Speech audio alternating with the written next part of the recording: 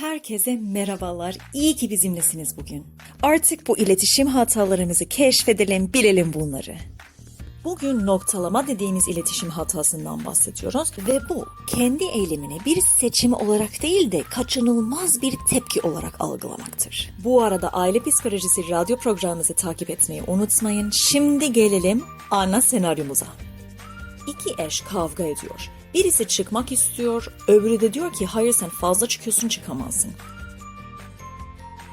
Unutmayın ki her evlilikte dışarıya çıkmayı daha çok seven bir eş olur ve evde kalmayı daha çok tercih eden bir eş olur. Bu da dünyanın en doğal şeyidir. Ve hangisi olduğunu zaman zaman ya da eşten eşe değişebilir. Neyse, konumuza. Ya neden trip atıyorsun? Bakın tek bir cümle söylendi ama şimdiden birbirine tepki göstermeye başlıyorlar. Kelimeler o kadar güçlüler çünkü. Bugünün iletişim hatasının ismi noktalamaydı. Kendi eylemini diğer kişinin bir önceki eylemine bir tepki olarak algılamak demektir.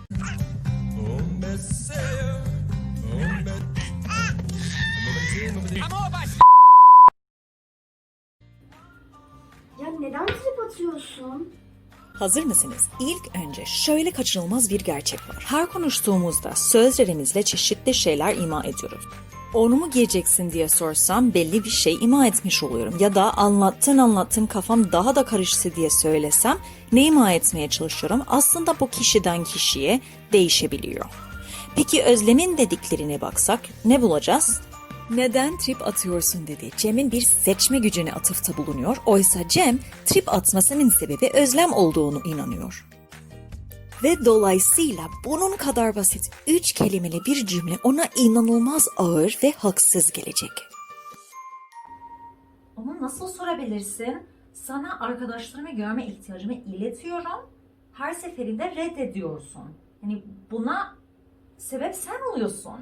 Bu neden bir iletişim hatası olduğunu bilmek ister miydiniz? Çünkü geriye gittiğimizde her eylem başka eylemlere bağlıdır. Objektif biçimde bir olayın başlangıç noktası diye bir şey yok da ondan bir hatadır. Çünkü her olaya sebep olan ondan önceki gelen başka olaylar muhakkak vardır. Dolayısıyla arkaya kazaya gitmek hiç bitmeyen ve bizi hiçbir yere ulaştırmayan bir çabadır. Başlangıç noktalar bir algı meselesidir ve sana göre bir ilişkisel olayın başlangıcı neredeyse sen o olaya o şekilde noktalama yapıyorsun.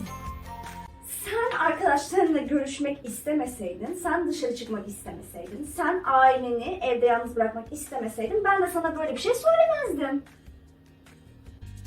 Bu tarz durumlarda diğer kişiden duymak istediğimiz bir şey var ve asıl anahtar şu ki kendi eylemimizi diğer kişiden duymak istediğimiz şeyden ayrı tutmayı öğrenmektir. Bunu yapmak için bir sürü yöntem var ama en kolayısı kendi eyleminin yanlış olduğunu kabul edip o şekilde devam etmek. Yanlış olana yanlış diyelim. Bunlar bir denesinler. Merak ettim nereye varacaklar diye. Ya neden trip atıyorsun? İşte bu noktada frene basmayı bilen kişi kendini durdurur. Arkadaşlar unutmayın, kendinizi yoklayıp değerlendirmek için daima zaman alabilirsiniz. Arızalı, hatalı iletişimiyle devam etmek çılgınlıktır.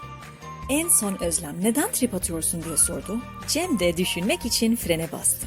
Kendini yokladığında fark eder ki evet trip atıyorum.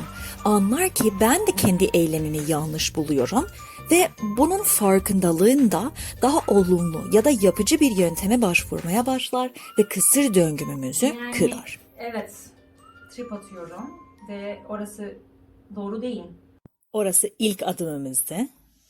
Yani aslında trip atmak istemiyorum. Ne yaptığının farkında mısınız? Kendi güzel isteklerinden bahsetmeye başladı. Her zaman güzel bir fikirdir. Tabii ki de ben de ailemle beraber, sizinle beraber güzel bir vakit geçirmek istiyorum. Unutmayın bunlar kısır döngülerdir ve Cem farklı bir şekilde davranarak bu döngüyü başarıyla kırdı. Onun yaptıklarını biz sayalım. İlk önce kendi davranışını yanlış olarak yorumladı. Sonrasında da kendi güzel isteklerini ışığa vurdu. Ve şimdi de her iki kişi asıl konuyu ele almaya hazırdır. Yani ondan ayrı olarak arkadaşlarımı da görme bir ihtiyacım var. O yüzden bunu beraber çözmeye çalışalım ve nasıl bir şey olabilir? Bu mini serinin 10 bölümü var ve anlaşmazlıklarımıza yol açan diğer iletişim hatalarımızı keşfetme fırsatı kaçırmayın. İyi seyirler ve bir sonraki videoda görüşürüz.